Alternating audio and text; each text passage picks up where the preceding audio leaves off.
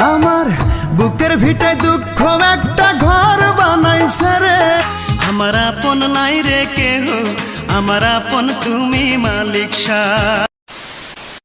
বাংলাদেশের অধিক জনপ্রিয় বিরোহী সম্রাট হিসেবে পরিচিত একটি নাম ইমন খান। এই ইমন খান হওয়ার পিছনে যার রয়েছে দীর্ঘ ত্যাগ সংগ্রাম। মনে আছে কি সেই একটি গান, যে গান হাটবাজার শহরবন্দর থেকে দেশ বিদেশে ছড়িয়ে গিয়েছে? গানটি হলো আজও প্রতি রাতে জেগে থাকি তোমার আশায়। আজ প্রতি রাত জেগে থাকি তো। একজন শিল্পী জন্ম থেকে শুরু করে সফলতার পথ অত সহজ হয় না, কারণ বেশিরভাগ তো দরিদ্র ফ্যামিলি থেকেই বড় হয়, আর সে কারণে সফলতাও সহজে ধরা দেয় না। তবে মনে তীব্র প্রচণ্ড ইচ্ছা, স্বপ্ন, ত্যাগ, পরিশ্রম যদি থাকে তাহলে একদিন সফলতা ধরা দিবেই। তেমনইভাবে সফলতা ধরা দিয়েছে ইমন খানের জীবনে। ক্যাসেট ট্যাপ যুগের অবহেলিত শিল্পী আজ শত মানুষের কল্যাণে কাজ করছেন। যাই হোক, আজকের আয়োজনে লিজেন্ড বিরোহী এই কণ্ঠশিল্পীর জীবনের জানা অজানা তথ্য, বর্তমানে তিনি কোথায় এবং কেমন আছেন সে সম্পর্কে সংক্ষেপে জানব। যাই হোক, কণ্ঠশিল্পী ইমন খানের গ্রামের বাড়ি সিরাজগঞ্জ জেলার উল্লাপাড়া থানার মাঝিপাড়া গ্রামে। ছোটবেলা থেকেই গানের প্রতি তার প্রবল ঝোঁক ছিল। 2005 সালে আমার ময়নারে অ্যালবাম দিয়েই তার সঙ্গীত জগতের যাত্রা শুরু হয়। তবে 2008 সালে প্রকাশিত কেউ বোঝে না মনের ব্যথা অ্যালবামটি তাকে দেশব্যাপী জনপ্রিয়তা এনে দেয়। তার সঙ্গীত জীবনের মোড় গড়িয়ে দেওয়া অন্যতম সফল গান হলো আজও প্রতি রাতে জেগে থাকি তোমার আশায়। এই গানটির রেকর্ডিংয়ের সময় একজন বাঁশি শিল্পী তাকে বলেছিলেন, ইমন, গানটা ভালো করে গাও, গানটা লেগে যাবে। এবং পরবর্তীতে ঠিক তাই হয়েছিল। এবং এই গান এতটাই জনপ্রিয় হয়েছিল, তখন সবাই বাটন ফোনে কলার টিউনেও গানটি সেট করেছিল। এরপর ইমন খানের নতুন যে ক্যাসেট আসুক, সেই ক্যাসেট রাতারাতি বিক্রি হয়ে যায়। উক্ত বিক্রি থেকে প্রচুর লাভবান হয় তখনকার সিডি ক্যাসেট মিউজিক কোম্পানিগুলো। আর ইমন খানকে প্রাপ্য থেকে খুব কম পারিশ্রমিক দেওয়া হয়েছিল।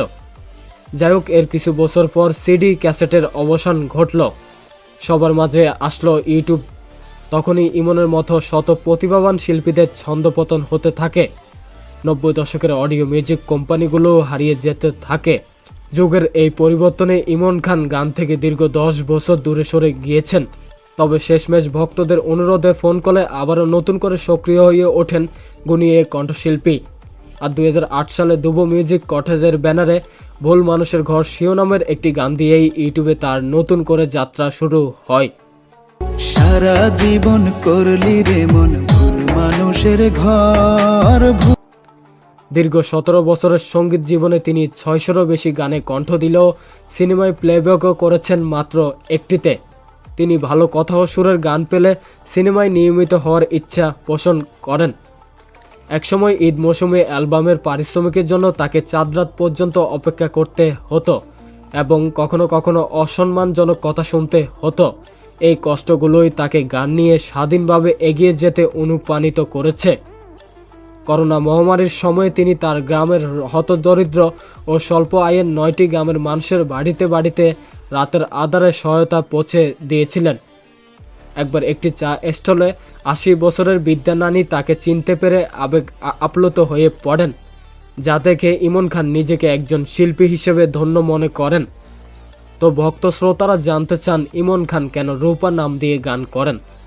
আসলে এর উত্তর হলো 90 দশকে ইমন খান রিলেশনে জড়িয়েছেন রূপা নামের এক মেয়ের সঙ্গে। দীর্ঘ 5 বছরের সম্পর্ক তাদের এবং তারা দুজনেই একই স্কুলে পড়াশোনা করত।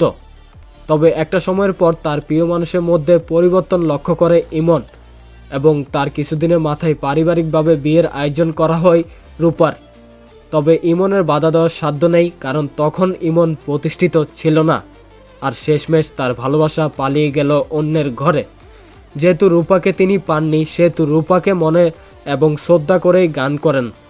পরবর্তীতে এলাকায় বিচার সালিশ হয় প্রচুর, কেন ইমন রূপা নাম নিয়ে এখনও গান করেন।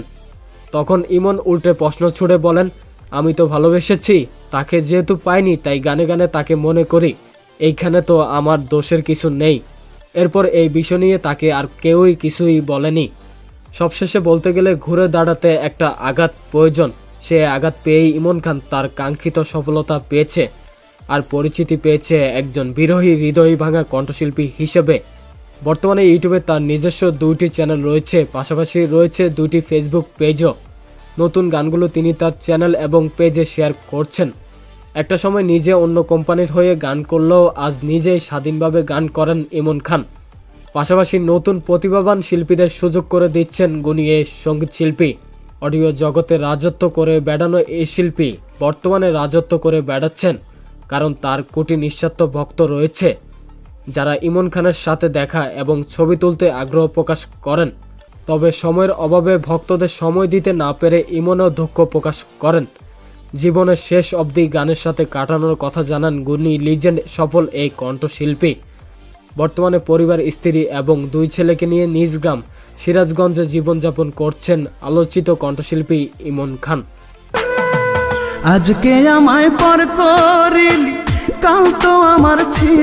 কোথায় আছি, কেমন আছি, মরে না আমার দুঃখের নেই সীমারেখা।